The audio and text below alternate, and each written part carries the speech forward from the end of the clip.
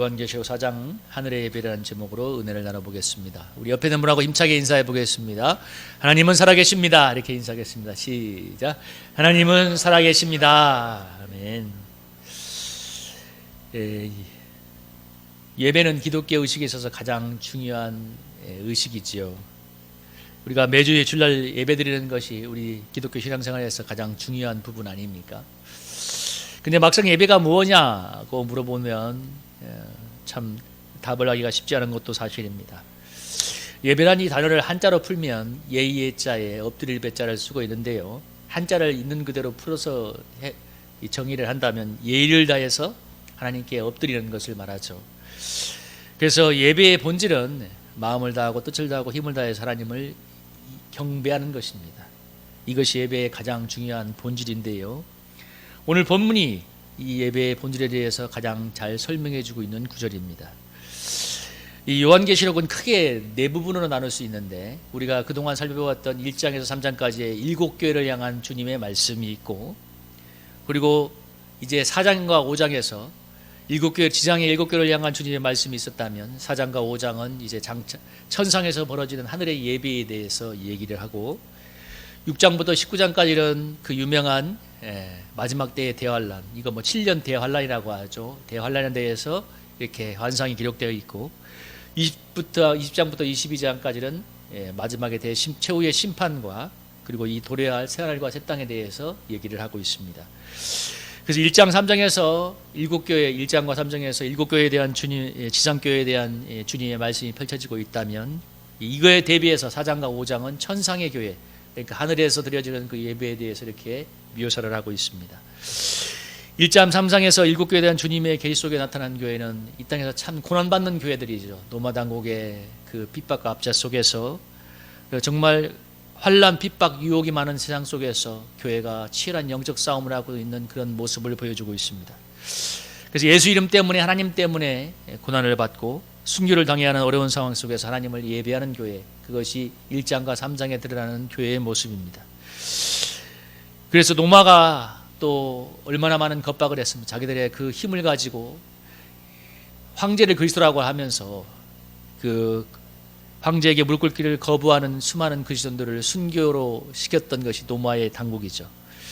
그래서 교회의 역사는 무수한 고난과 순교의 피로 점철된 역사라고 할 수 있었는데요, 이 치열한 영적 싸움을 하는 7교회를 향한 그 말씀의 결론은, 7교회를 향한 말씀은 전부 다 동일했죠. 이기는 자가 하늘의 보좌에, 하나님의 보좌에 옆에 함께 앉아서 영광을 얻는다는 것이었습니다. 이 영원한 하늘의 영광을 얻을 거라고 얘기했는데, 7교회를 향한 그 결론이, 그래서 4장 1절에서 뭐라고 하냐면, 2일 후에 내가 보내 하늘에 열린 문이 있는데, 2일 후라는 것은 7교회를 향한 주님의 계시의 말씀이 끝난 다음에, 다 전해진 다음에 7교회를 향한 주님의 말씀을 듣고 이기는 자가 하늘의 영광을 얻을 거라는 그 말씀이 전해진 다음에, 요한이 눈을 들어보니까 하늘에 열린 문이 있었습니다.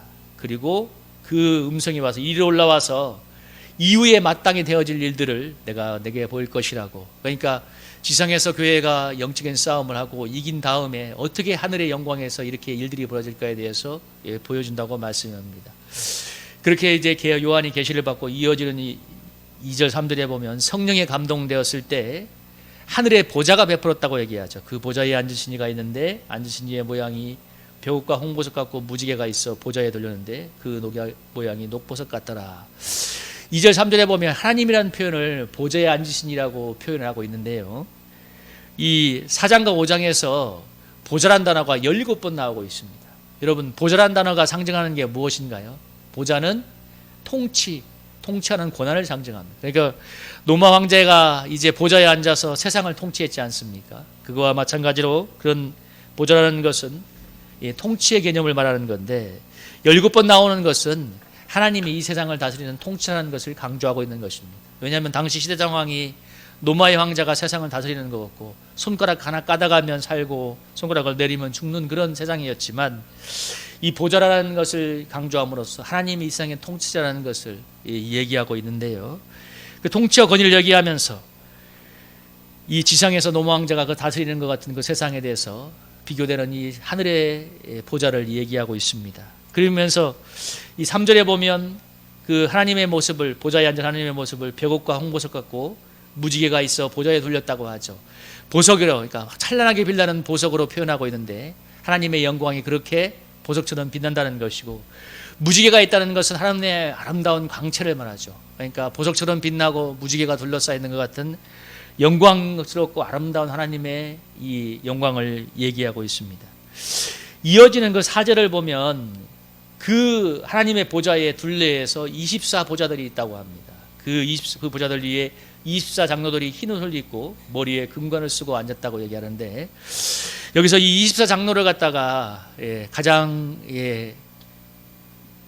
이 많은 사람들이, 성경학자들이 동의하는 해석이 뭐냐면, 이 구원받은 하나님의 성도를 대표하는 건데, 구약의 12지파와 신약의 12사도를 상징해서 이 구원받은 하나님의 백성을 상징한다고 해석을 하고 있습니다. 여기서 흰 옷을 입었다는 것은 예수 그리스도의 의의 옷을 입은 걸 말하죠. 예수님의 피로 정결하게 되어서 이제 된 그런 의의 옷을 입은 사람들. 금관은 하나님이 이긴 자에게 씌워지는 승리의 면류관을 말하죠. 그래서 24장로는 누구를 말하는가? 정말 예수 그리스도의 피의 은혜를 힘입어서 영적인 싸움에서 승리해서 구원받은 성도들, 그래서 면류관을 받은 사람들, 구원받은 하나님의 백성을 대표하는 것으로 해석을 하고 있습니다. 그래서 4절에는 24장로가 나오고, 이어지는 6절, 7절에는 무엇이 나오냐면, 이 보좌 앞에 수정과 같은 유리바다가 있는데 거기에 4생물이 등장하고 있습니다. 7절에 보면 첫째 생물이 사자 같고, 둘째 생물이 송아지 같고, 셋째 생물에서 얼굴이 사람 같고, 넷째 생물이 날아가는 독수리 같다고 하는데, 여러분, 생물 중에서 사자는 용기와 힘을 상징하죠.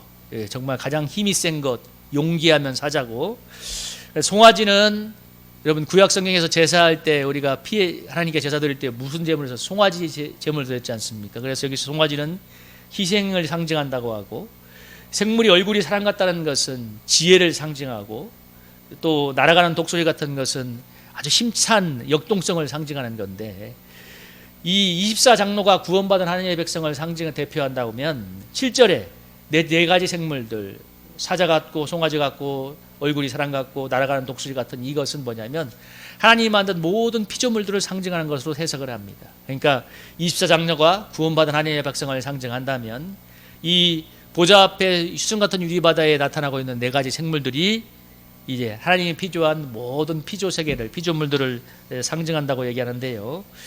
이어지는 8절부터 보면 이 4가지 생물들과 그리고 24장로가 이 하나님 앞에서 드려지는 예배의 모습을 얘기하고 있습니다. 여러분 8절부터 11절까지 다시 한번 읽어볼까요? 우리 한번 저랑 여러분이 한번 교대로 읽어보겠습니다. 4생물은 각각 6날개를 가졌고 그 안과 주위에는 눈물이 가득하더라. 그들이 밤낮 쉬지 않고 이르기를 거룩하다 거룩하다 거룩하다 주 하나님 곧 전능하신 이여 전에도 계셨고 이제도 계시고 장차 오실 이시라 하고,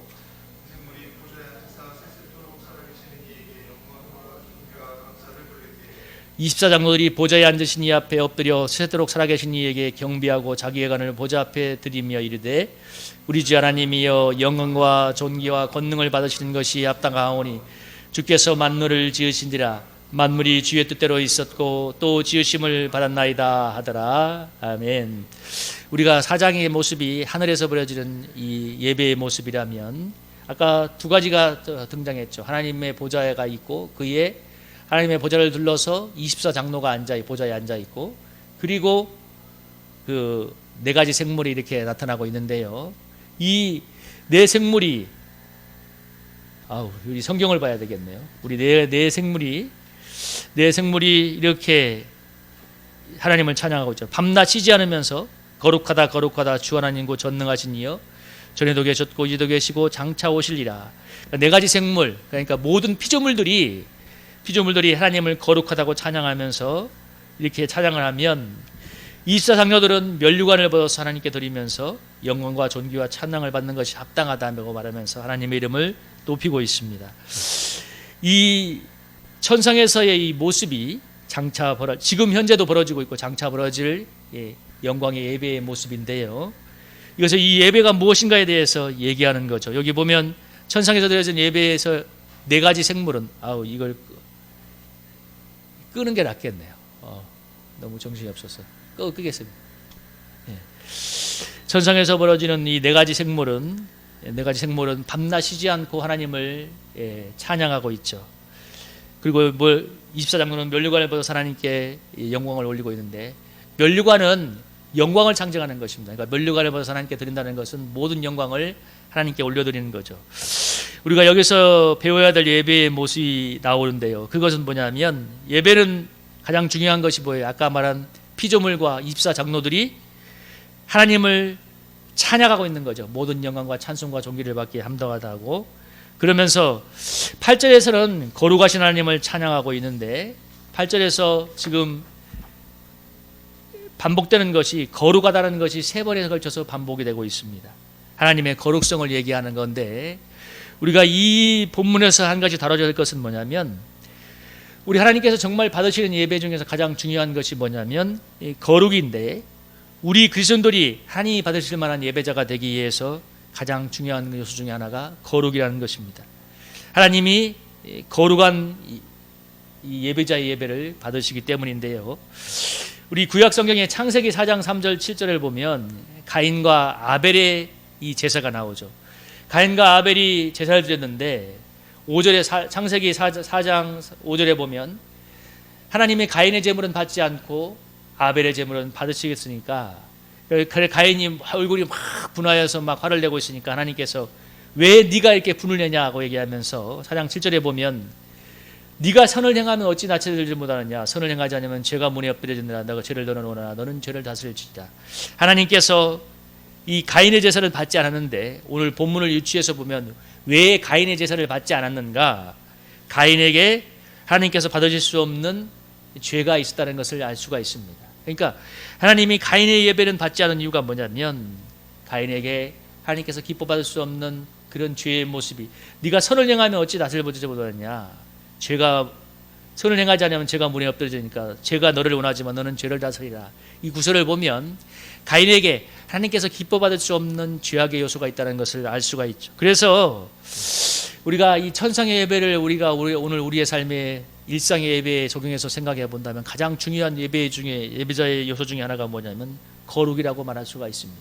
물론 예배의 정성도 중요하지만 더 중요한 건 예배자의 우리의 삶과 인격이 거룩한 것이 훨씬 더 중요한 거예요. 우리 가인의 모습에서 보는 것처럼. 그래서 어떻게 거룩해질 수 있는가? 여러분, 이 말씀을 한번 읽어볼까? 디모데전서 4장 4, 5절 말씀 한번 읽어보겠습니다. 시작. 하나님께서 지으신 모든 것이 선하매 감사함으로 받으면 버릴 것이 없나니 하나님의 말씀과 기도로 거룩하여짐이라. 오늘 예배자의 거룩이 가장 중요한 하나님의 예배를 받는 요소라고 했는데, 어떻게 거룩해질 수 있는가? 오늘 성경 말씀 보면 하나님의 말씀과 기도로 거룩해진다고 했습니다. 여러분, 그래서 거룩이라는 것은 우리가 거룩해지려고 노력해서 거룩해지는 게 아니고, 우리가 말씀과 기도를 통해서 주님과 교통하게 되면 하나님의 은혜가 흘러 들어와서 우리가 거룩한 사람으로 변화되어 가는 것입니다.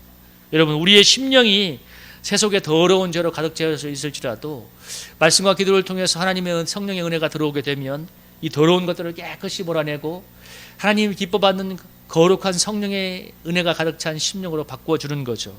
그래서 하나님이 받으시는 예배에 있어서 가장 중요한 우리 예배자의 자세는 뭐냐면, 우리가 평소의 삶 속에서 말씀과 기도로 거룩해 되는 것입니다. 그러니까 우리가 말씀과 기도를 그렇게 강조하는 이유가 딴 것보다도, 대부분 사람들은 기도를 응답의 요소로 많이 생각하잖아요.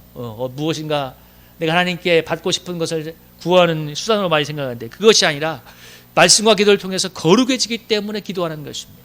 우리가 거룩해짐으로써 하나님께서 정말 예배를 받으실 만한 그런 예배자로 우리가 준비되는 거죠. 여러분, 가인도 농사를 지어서 하나님께 드렸지만, 아벨은 양의 새끼를 드렸지만, 아벨의 제사는 받았지만 가인의 제사는 받지 않았잖아요. 그 이유를 우리 4장 7절에서 해석해 볼 수 있는 것처럼, 가인의 삶에 하나님께서 받을 수 없는 죄의 모습이 있었던 것입니다. 이 창세기 4장 7절에 하나님이 죄가 너를 원하지만 너는 죄를 다스리라고 얘기하잖아요.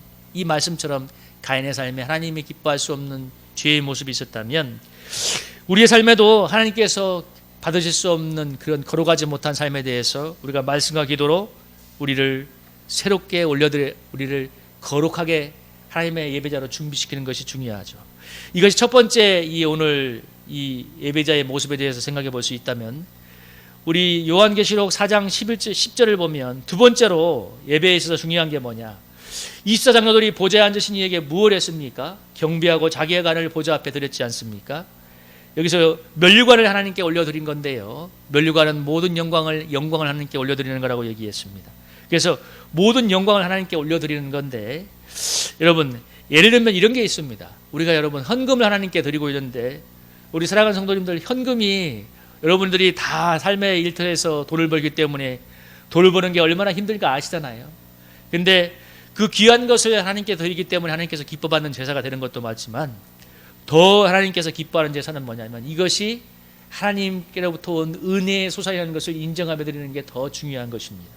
여러분 모든 면류관을 하나님께 드린다는 것은 영광을 하나님께 드린다는 건데, 이 대표적인 예가 역대상 29장에 보면 이 다윗이 하나님의 전을 건축하기 위해서 백성들과 함께 힘을 다해서 성전 건축을 위한 건축원금과 이런 모든 건축 재료를 헌물한 다음에 이 다윗이 했던 기도가 역대상 29장 9절 16절에서 나오고 있습니다. 여기서 다윗이 이렇게 기도하죠. 10절에 보면 여호와여 이대하심과 권능과 영광과 승리와 위엄이 다 주께 있사온데 천지에 있는 것도 다 주님께도 있고, 11절에 보면 부하기도 주님께로부터 나오고 손에 권세 모든 사람을 크게 함과 강하게 함도 주의 손에 있으며, 그러면서 주의 이름을 찬양한다고 하면서 13절에 이렇게 얘기합니다. 여러분 13절을 한번 같이 한번 읽어볼까요? 한번 읽어보겠습니다. 29장 13절 시작. 나와 내 백성이 무엇이기에 이처럼 즐거운 마음으로 들을 힘이 있었나이까. 모든 것이 주께로 말미암았사오니 우리가 주의 손에서 받은 것으로 주께 드렸을 뿐이니이다. 아멘. 제가 이 PPT 화면이 켜져 있는 줄 알고 역대상 29장 13절인데, 여러분 구약 성경을 한번 찾아볼까요? 역대상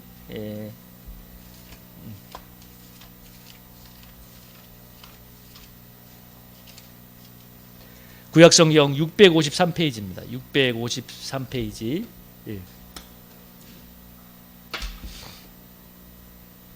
구약성 653페이지. 우리 한번 찾아서 한번 교독해서 읽어보겠습니다. 한번.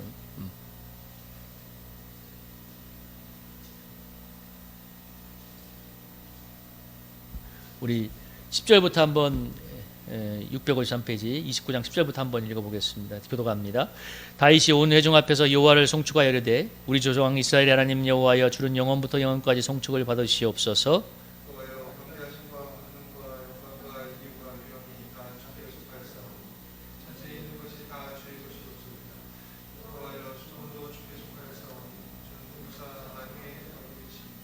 부하기가 주께로 말미암고 또 주는 만물의 주자가 되사 손에 권세와 능력이 있사오니 모든 사람을 크게 하심과 강하게 하심이 주의 손에 있나이다.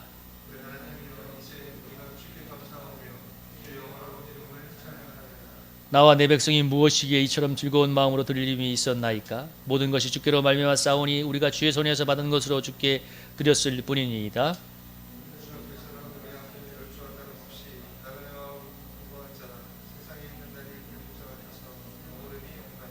우리 16절 함께 읽겠습니다. 우리 하나님 여호와여 우리가 주의 거룩한 이름을 위하여 성전을 건축하려고 미리 저축한 이 모든 물건이 다 주의 손에서 왔사오니 다 주의 것이니이다. 아멘. 오늘 다윗이 또 백성들이 하나님의 전을 위한 모든 건축원금과 이 재료들을 바친 다음에 다윗이 한 기도가 정말 아름답지 않습니까? 13절에 나와 내 백성이 무엇이기에, 14절이죠. 나와 내 백성이 무엇이기에 이처럼 즐거운 마음으로 들을 힘이 있어서 오니까 모든 것이 주께로 말미암았사오니 우리가 주의 손에서 받은 것으로 주께 드렸을 뿐이니이다. 여러분 이것이 바로 면류관을 하나님께 드리는 자세예요. 모든 것이 주께로 말미암았사오니 우리가 주의 손에서 받은 것으로 주께 드렸을 뿐이니이다. 우리가 드리는 예배, 우리가 드리는 헌금, 우리가 드리는 모든 헌신과 희생이 주님으로 받은 은혜의 것이기 때문에 우리가 주의 손에서 받은 것을 주님께 드렸을 뿐입니다. 이것이 면류관을 받아서 하나님께 올려드리는 것입니다. 그러니까 천상에서 24장로들이, 그러니까 구원받은 하나님의 백성들이 무엇을 하고 있어요? 면류관을 받아서 하나님께, 하나님의 보좌에 드리지 않습니까? 오늘 이 천상의 예배가 오늘 우리의 예배에 적용이 되어야 된다면 바로 그것입니다. 바로 모든 영광을 하나님께 올려드리는 거죠. 그래서 예배에 있어서 제일 중요한 건 첫째는 예배자의 거룩한 삶의 모습이며 두 번째는 모든 영광을 하나님께 올려드리는 그런 자세입니다. 여러분 우리가 사람이기 때문에 누구나 자기의 노력에 대해서 삶에 대해서 의를 가지게 마련이지만 그러나 오늘 본문에서 핵심적으로 강조한 것은 전능한 창조주 하나님께로부터 모든 것이 말미암는다고 얘기하고 있습니다. 그 하나님께 합당한 영광과 찬양을 올려드리는 건데요. 여러분, 그래서 멸관을 드린다는 게 하나님께로부터 받은 모든 은혜로 인해서 이것이 있을 수 있었기 때문에 그에 마땅한 영광을 올려드리는 건데, 여러분, 우리가 하나님이 은혜를 주시지 않으면 여러분 돈을 벌고 싶어도 돈을 벌지 못하는 것입니다. 여러분, 제가 최근에 차량의 후방추돌을 2번 당했는데요. 다 후방추돌이었기 때문에 큰 사고도 아니었고 다행히 그냥 제가 보상을 받는 것으로 끝이랐는데, 그래서 제가 블랙박스를 고장났는데 그냥 반년 동안 놔두었다가 이제 메모리를 바꾸어서 블랙박스를 고쳤습니다. 그래서 이제 블랙박스에도 해가지고 뭔가 이렇게 나도 나름대로 대비를 하려고 했는데, 여러분, 제가 오늘 설교를 준비하면서 그 생각이 나는데 어떤 생각이 드냐면, 여러분, 블랙박스를 고친다고 해결이 되나요? 하나님이 사고에서 우리를 지켜주셔야 사고가 나지 않는 거죠. 여러분, 만물이 하나님께로 말미암고 하나님의 뜻대로 이끄심을 받고 있습니다. 하나님의 은혜가 우리로부터 오지 않으면 우리가 하나도 살 수가 없는 건데요. 그래서 우리가 예배드리는 것에서 가장 중요한 건 우리의 모든 삶에 하나님의 은혜이기 때문에 이 하나님께 마땅한 경배와 찬송을 올려드리는 것입니다. 그리고 또 그 하나님께서 예수 그리스도를 우리에게 보내주셨기 때문에 그 하나님의 사랑에 감사와 찬미를 올리는 거죠.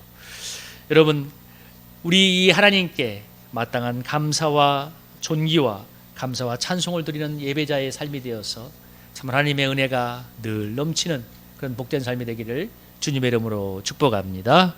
우리 이 찬양 부르면서 함께 우리 기도하기 원합니다.